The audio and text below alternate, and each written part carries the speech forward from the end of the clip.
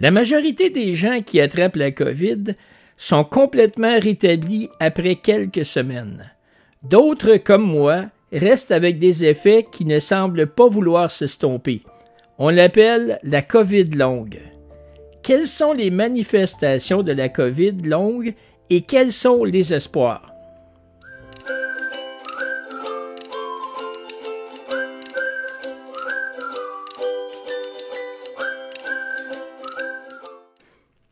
Bonjour et bienvenue à Ça n'a pas d'allure, mon nom est Steph et effectivement aujourd'hui je vais vous parler de ce qu'est la COVID longue et quel est exactement mon combat contre elle.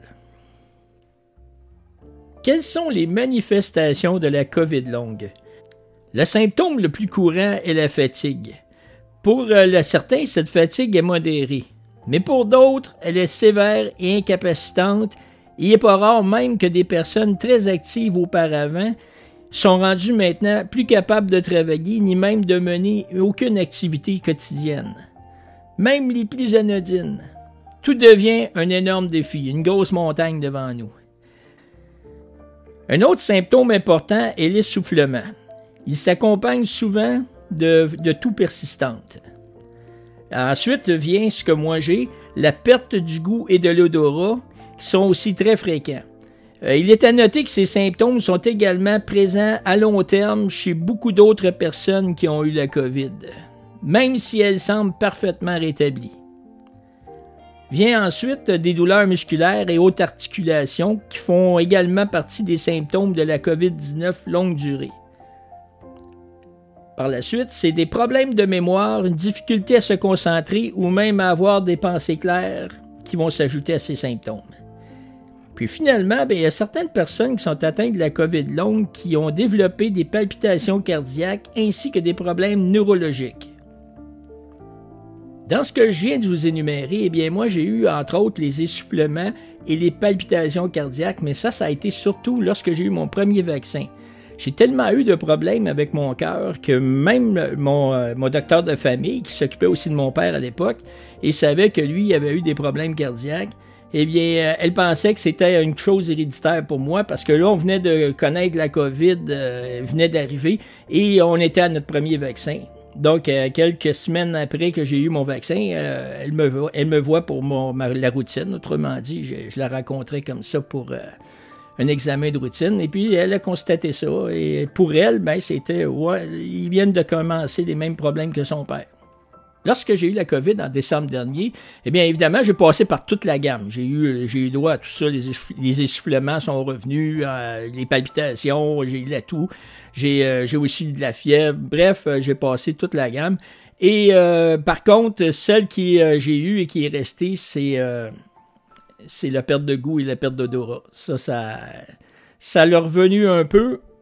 Pendant 2 mois et c'est reparti maintenant, ça fait plusieurs mois, ça doit faire 7 mois facile que je ne goûte plus rien ou ça goûte mauvais et j'ai perdu aussi le sens de l'odorat. Combien de gens sont affectés par la COVID longue durée? Au moins 10 personnes qui attrapent la COVID ont des symptômes qui persistent même après que le virus n'est pas présent dans leurs organismes. Mais ce chiffre pourrait être encore plus important dans le fond. Certaines sources parlent de 1 patient sur 4, voire même 1 patient sur 3. Ceci représente beaucoup de monde. Si l'on considère à l'heure actuelle qu'autour de 1,2 million de Québécois ont attrapé le virus, on estime, en étant conservateur, que ça signifierait que 120 000 personnes souffrent ou vont souffrir de la COVID longue. Qui est particulièrement à risque de souffrir de la COVID longue? Ce ne sont pas uniquement des gens qui ont eu une maladie sévère qui peuvent souffrir de la COVID longue durée. Même au contraire, plusieurs personnes dont la vie s'est trouvée bouleversée par cette condition n'ont eu au départ que d'une maladie très légère, voire même asymptomatique. C'est le cas de 30% d'entre eux. Ce ne sont pas non plus uniquement des personnes âgées ou des malades chroniques. Beaucoup de personnes sont jeunes et la plupart étaient en parfaite santé avant que ça arrive. La réaction post-virale, c'est un phénomène connu, là. Ce type de syndrome post-viral, il n'est pas inédit. Il a déjà été identifié avec d'autres types de virus. Il existe par exemple des données sur les Canadiens ayant contracté la SRAS. Ça, c'est un autre coronavirus qui s'est produit en 2003. Et un an plus tard, environ 20% des patients n'étaient toujours pas rétablis.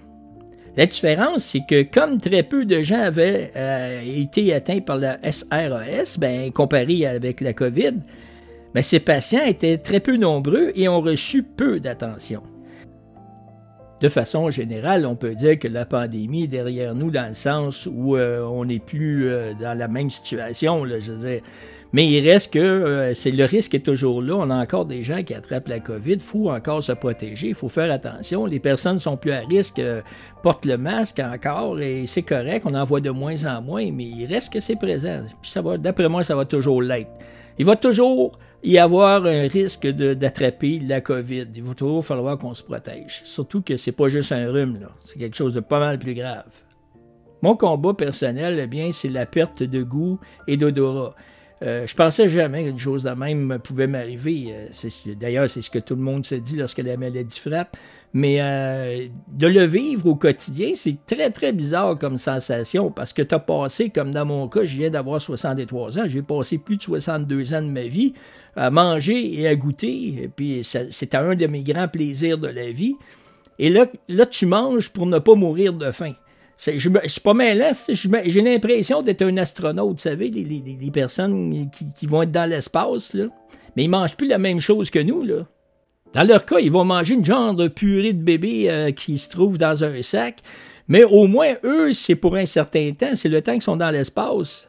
Puis après ça, ils redescendent, puis ils vont manger correctement. Mais lorsque tu as attrapé la COVID longue, et que tu as mon problème, on ne sait pas si ça va être tout le reste de ma vie. Je ne sais pas si c'est un jour ça va s'estomper, mais je vais toujours avoir la crainte, ça c'est certain, que ça puisse revenir. Puis ça, c'est terrible vivre avec ça, là. Et d'ailleurs, s'il y a des gens parmi vous qui aimeraient avoir plus de détails sur la façon positive avec laquelle je m'attaque à mon problème, à la fin, vous allez voir apparaître des petites miniatures, des petites photos d'autres vidéos. Et une d'entre elles s'appelle « Comment transformer le négatif en positif ». Et si vous voulez avoir plus de détails sur mon combat, la façon que je me bats contre cette merde, je vous invite alors à aller regarder cette vidéo. Je pense qu'elle vaut la peine. Pour l'instant, on ne connaît pas vraiment toutes les conséquences de cette situation. Évidemment, on espère tous, du moins tous ceux qui sont comme moi atteints, qu'un jour ça va s'estomper, que les choses vont s'améliorer, mais on ne sait pas non plus s'il va y avoir des séquelles vraiment à longue durée, si le problème va faire en sorte qu'il va y en s'attacher à d'autres choses qui vont être encore plus compliquées pour notre santé. C'est un combat, on ne sait pas qui va gagner. On verra. En terminant, le seul conseil que je peux vous donner, c'est d'essayer de garder le côté positif. Vous avez un combat à faire, mettez vos gants de boxe, battez-vous et tant que vous avez de l'espoir, tant que vous avez de la force, essayez de faire en sorte que la COVID ne soit pas le grand vainqueur dans tout ça. C'est vous qui êtes le champion. Merci de tout cœur d'être passé me voir et de regarder la vidéo jusqu'à la fin. Et puis, on se donne rendez-vous très bientôt et d'ici là, portez-vous bien.